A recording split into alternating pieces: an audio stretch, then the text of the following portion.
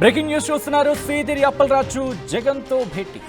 అవును, సీదిరి అప్పలరాజుతో అంటే అక్కడికి వెళ్ళి ములాఖతులో భాగంగా జగన్ను కలిసే ప్రయత్నం. జగన్ సీదిరి అప్పలరాజును ములాఖతులో భాగంగా కలవాలి. దానికి సంబంధించి ఉత్కంఠ మాత్రం కొనసాగుతోంది. జైలు నిబంధనల ప్రకారం సాయంత్రం 5 గంటల తర్వాత ములాఖతులో కలవడానికి అవకాశం లేదు. అయితే ఈ క్రమంలోనే జగన్ను అధికారులు అనుమతిస్తారా లేదా అనే ఉత్కంఠ మాత్రం కొనసాగుతుంది. జగన్ కోసం జైలు దగ్గర వెయిట్ చేస్తున్నారు వైసీపీ శ్రేణులు. ఆ విజువల్స్ మీరు చూస్తూ ఉన్నారు. భారీగా కార్యకర్తలు రావడంతో ముందుకు కదలట్లేదు కాన్వాయ్. సీదిరి అప్పలరాజుతో జగన్ ములాఖత్పై భేటీ. జగన్ ములాఖత్కి సంబంధించిన ఉత్కంఠ కొనసాగుతుంది. జైలు నిబంధనల ప్రకారం 5 గంటల వరకే పర్మిషన్ ఉంటుంది. 5 గంటల తర్వాత అంపోలు జైలు దగ్గరికి చేరుకున్నారు జగన్ను అధికారులు అనుమతిస్తారా లేదా అనే ఉత్కంఠ మాత్రం కొనసాగుతుంది. జగన్ కోసం జైలు దగ్గర వెయిట్ చేస్తున్నాయి భారీగా వైసీపీ శ్రేణులు. భారీగా కార్యకర్తలు రావడంతో జగన్ కాన్వాయ్ ముందుకు కదలటం లేదు. మీరు చూడొచ్చు, భారీ సంఖ్యలో అక్కడికి చేరుకున్నారు. జగన్ను చూసేందుకు జనం ఎగబడుతూ ఉన్నారు. వైసీపీ శ్రేణులు అలాగే జగన్ అభిమానులు వీళ్ళంతా కూడా ఒక్కసారిగా అక్కడికి చేరుకోవడంతో పూర్తిగా బ్లాక్ అయింది అవే అంతా కూడా, దారంతా కూడా. దీంతో కాన్వాయ్ నెమ్మదిగా కదులుతుంది. ఇప్పటికే 5 గంటలు మించిపోయి 25 నిమిషాలు కావస్తూ ఉంది. సో ఈ క్రమంలో ఏం జరిగే అవకాశం ఉంది? ప్రస్తుతం నేరుగా నేను గ్రౌండ్కు వెళ్ళిపోతున్నాను. అప్డేట్స్ అందించేందుకు మా ప్రతినిధి సత్యనాయుడు సిద్ధంగా ఉన్నారు. సత్యనాయుడు, ప్రస్తుతం అక్కడ పరిస్థితి ఏంటి? జగన్ని అనుమతించే అవకాశం కనిపిస్తుందా? ఆల్రైట్, మరి కాసేపట్లో సత్యనాయుడు అందుబాటులోకి రాబోతున్నారు. బట్ బిఫోర్ దట్ ఒక్కసారి విజువల్స్ మీరు చూస్తున్నారు. జగన్ అక్కడికి చేరుకున్నారు. అందరికీ అభివాదం చేసుకుంటూ ముందుకు కదులుతూ ఉన్నారు. ఈ క్రమంలోని శ్రేణులంతా కూడా పూర్తిగా చుట్టుముట్టేశాయి ఆయన్ని ముందుకు వెళ్ళనివ్వకుండా. ఎందుకంటే ఆ సంఖ్యలో భారీగా జనం అక్కడికి చేరుకున్నారు. సీదిరి అప్పలరాజు మరి ముఖ్యంగా తన కొడుకు అంటే ఆ బండి నడుపుతున్న సందర్భంలో ఒకరిని ఢీకొట్టిన క్రమంలో ఆ వ్యక్తి మరణించిన సందర్భంలో తండ్రిగా సీదిరి అప్పలరాజు ఉన్నారు. అండ్ దీన్ని కప్పిపుచ్చే ప్రయత్నం చేశారు. ఇలా అనేక కోణాల్లో ప్రస్తుతం సీదిరి అప్పలరాజు అరెస్ట్ అవ్వడం జరిగింది. అరెస్ట్ అయిన తర్వాత దీన్ని ఖండించారు మాజీ ముఖ్యమంత్రి వైసీపీ అధినేత జగన్. ఈ నేపథ్యంలో ఆయనను పరామర్శించేందుకు జైలుకు వెళుతూ ఉన్నారు జగన్. భారీ కాన్వాయ్తో అక్కడికి చేరుకుంటూ ఉన్నారు. టైం 5 అయిపోయింది. దీంతో జైలు అధికారులు అనుమతించే అవకాశం ఉందా? అంపోలు జైలుకు చేరుకున్నారు మాజీ ముఖ్యమంత్రి జగన్. బట్ జగన్ని అనుమతించే అవకాశం ఉందా? అప్డేట్స్ అందించేందుకు, ఫుల్ డీటెయిల్స్ ఇన్ఫర్మేషన్ అందించేందుకు సత్యనాయుడు సిద్ధంగా ఉన్నారు. సత్యనాయుడు, ప్రస్తుతం అక్కడ పరిస్థితి ఏంటి? జగన్ లోపలికి అనుమతించే అవకాశం ఉందా? అధికారులతో మాట్లాడే ప్రయత్నాలు జరుగుతూ ఉన్నాయా? సచిన్, చూస్తే కనుక ఏదైతే మాజీ మంత్రి సీదిరి అప్పలరాజును అంపోల్ జైల్లో ములాఖాత్కి ఇచ్చేసినటువంటి జగన్మోహన్ రెడ్డికి మాత్రం అధికారులు జలక్ ఇచ్చారని చెప్పుకోవచ్చు. ఎందుకంటే 2 నుండి 3 గంటల మధ్యన మాత్రమే ఈ ములాఖాత్కి అనుమతించారు జైలు అధికారులు. కానీ అనుకున్న సమయానికే ఎయిర్పోర్ట్ వద్దకు 11 గంటలకు వైజాగ్ చేరుకున్న అక్కడి నుంచి శ్రీకాకుళం సబ్ జైలుకి వచ్చేందుకు మాత్రం సుమారు 6 గంటల సేపు అడుగడుగును కూడా జన నిరాంజనం పలకడంతో ఆయన కాన్వాయ్ ముందుకు కలిసే పరిస్థితి లేదు. అనుకున్న సమయం పూర్తయినప్పుడు కూడా 5 గంటల లోపు కనుక జైలు వద్దకు వస్తే ఆయనకి జైల్లో ములాఖాత్ చేసే అవకాశం కల్పిస్తామని జైలు అధికారులతో పాటు జిల్లా పోలీస్ యంత్రాంగం కూడా ప్రయత్నించారు. కానీ జైలు నిబంధనల ప్రకారం 5 గంటలు దాటిన తర్వాత విజిటర్స్ని ఎవరిని అనుమతించరు. కాకపోతే ముందుగా అనుమతి పెట్టుకున్నటువంటి ఈ నేపథ్యంలో కూడాను అక్కడ ములాఖాత్కు సమయం పూర్తి అవడంతో మాత్రం ఈరోజు ములాఖాత్ కాలేదు.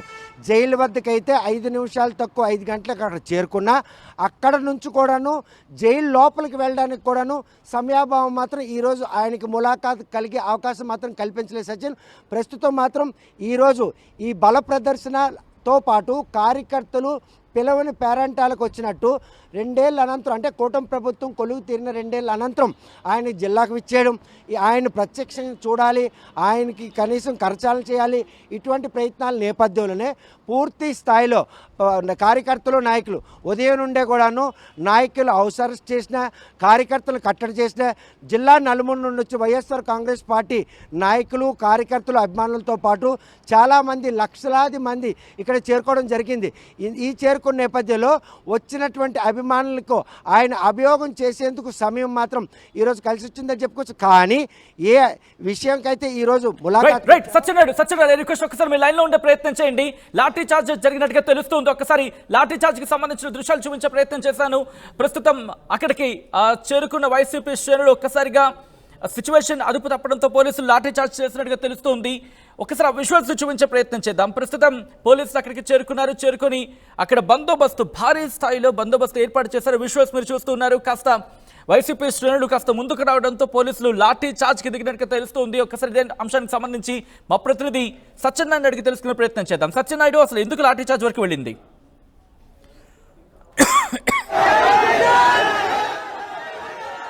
ఎయిర్పోర్ట్ దగ్గర నుండి శ్రీకాకుళంలో సర్వీస్ రోడ్డుకి ఎంటర్ అయినంత వరకు 123 కిలోమీటర్లు ప్రయాణం చేశారు. ఫ్లైఓవర్లు మినహా ప్రతి సర్వీస్ రోడ్ కనెక్టివిటీ దగ్గర కూడా ఈ క్యాన్వాయ్ ఆగింది. ధర్మాన్ ప్రసాద్ నివాసం ఉంటున్నటువంటి కూటువేత దూరంలోనే 2 కిలోమీటర్లు జైలు ఉంది. ఆ జైలు దగ్గర సర్వీస్ రోడ్లకు ఎంటర్ అయ్యారు.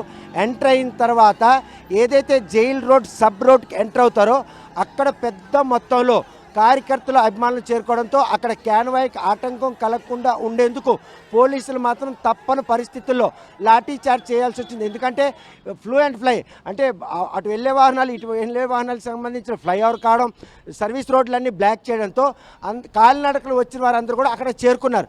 వారిని కనుక అక్కడ నుండి చెదరగొట్టకపోతే జగన్మోహన్ రెడ్డి వచ్చే క్యాన్వాయ్ మాత్రం జైలుకి వెళ్ళే మార్గం నిర్బంధించే అవకాశం ఉందన్నటువంటి ముందస్తు చర్యల్లో భాగంగానే ఈరోజు అక్కడ లాఠీ చార్జ్ చోటు చేసుకుంది.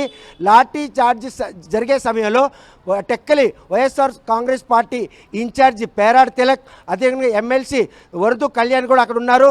వారి సమక్షంలోనే ఈరోజు పోలీసులు ట్రాఫిక్ క్లియర్ చేసేందుకు ఈరోజు మాత్రం వాళ్ళు లాఠీ చార్జ్ చేశారు. కాకపోతే ఈ లాఠీ చార్జ్లో ఒక మహిళ కూడా గాయపడింది. ఆ గాయపడిన మహిళను వెంటనే హాస్పిటల్ తరలించారు. ఆమె తొక్కిసలాట్లో పడిపోవడం తప్పగానే గాయాలేం కాకపోవడంతో పోలీసులు కూడా ఊపిరి పీల్చుకున్నారు. ఒక 20 నిమిషాల ముందు జరిగిన ఈ ఘటన పరిగణనలు తీసుకున్నటువంటి పోలీసులు మాత్రం ముందుగానే క్యాన్వాయ్ సజావుగా సాగాలి, ఎందుకంటే అది సర్వీస్ రోడ్ ఎంటర్ అయిన తర్వాత జైల్ రోడ్కి ఎంటర్ అయ్యే మార్గం కంజెస్టెడ్గా ఉంది. అక్కడ నుండి 2 కిలోమీటర్లు జైలుకి వెళ్ళాలి. అక్కడ నుండి కూడా ఒక నేరో రోడ్డు ఉంటుంది. ఈ నేరో రోడ్లన్నీ కూడా నిర్బంధించిన నేపథ్యంలో ఆ ఫ్లైఓవర్ కింద జరిగినటువంటి ఈ లాఠీ చార్జ్ మాత్రం ఒక దుర్ఘటనగా చెప్పుకోవచ్చు.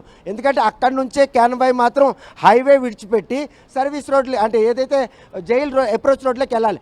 ఆ వెళ్ళే క్రమంలోనే ఎక్కువ మంది క్రౌడ్ అక్కడ గ్యాదర్ కావడంతో అక్కడ జగన్మోహన్ రెడ్డి చూసే అవకాశం కలుగుతున్నటువంటి వారి ఆశలకు అనుగుణంగానే అక్కడ ముందుగా చేరుకున్నారు.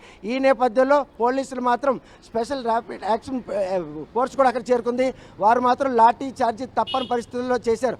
ముందు నుండే క్రౌడ్ గ్యాదరింగ్ కావచ్చు, ర్యాలీలు కావచ్చు, అదేవిధంగా ఏదైతే బహిరంగ సభలు పెట్టకూడదని చెప్పి పోలీసులు ముందుగానే హెచ్చరించినప్పటికీ కేవలం క్యాన్వాయ్ 8 వాహనాలు ఏవైతే జెడ్ కేటగిరీకి సంబంధించిన వాహనాలతో పాటు అంబులెన్స్, ఫైరు, అదేవిధంగా ప్రోటోకాల్కి సంబంధించి ఈ వెహికల్స్ అన్నీ వస్తున్న నేపథ్యంలో ఈ 125 కిలోమీటర్ల దూరంలో 123 కిలోమీటర్ల దగ్గర సర్వీస్ రోడ్లోకి ఎంటర్ అయినటువంటి ఈ క్యాన్వాయ్ ఏదైతే ఉందో అక్కడ నుండి మార్గం మధ్యలో ఫ్లైఓవర్ కింద జరిగినటువంటి ఈ క్రౌడ్ గ్యాదరింగ్ మాత్రం ఈరోజు లాఠీ చార్జీ దోహదపడింది.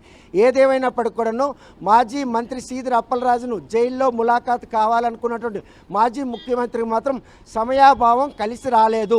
ఎందుకంటే అడుగడుగును కూడా జనం వచ్చారు, వారికి అభియోగం చెప్పాలి అన్న చూసుకున్నారే తప్ప సమయానికి జైలు అధికారులు ఇచ్చినటువంటి టైంను మాత్రం పాటించలేదని చెప్పుకోవచ్చు. 2 నుండి 3 గంటల మధ్య అవకాశం ఉందా?